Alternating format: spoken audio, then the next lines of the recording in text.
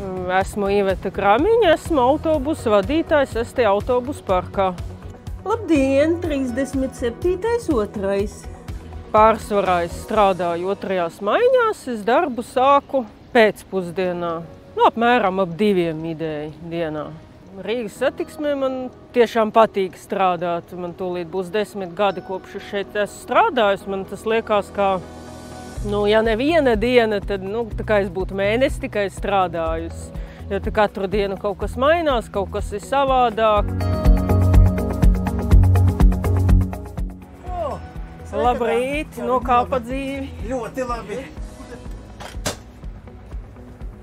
Ko, varam braukt?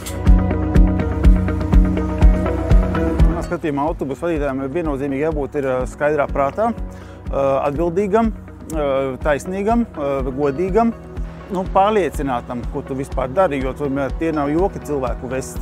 Man uzzināja autobusa vadītāja darbs, tāpēc, ka autobusa vadīšana, atbildība, braukšana, vispār sfēra cilvēks. Tā kā tiešām ar prieku nāk uz darbu, pilnīgi ar bēdām eju prom, kad darbs ir beidzies.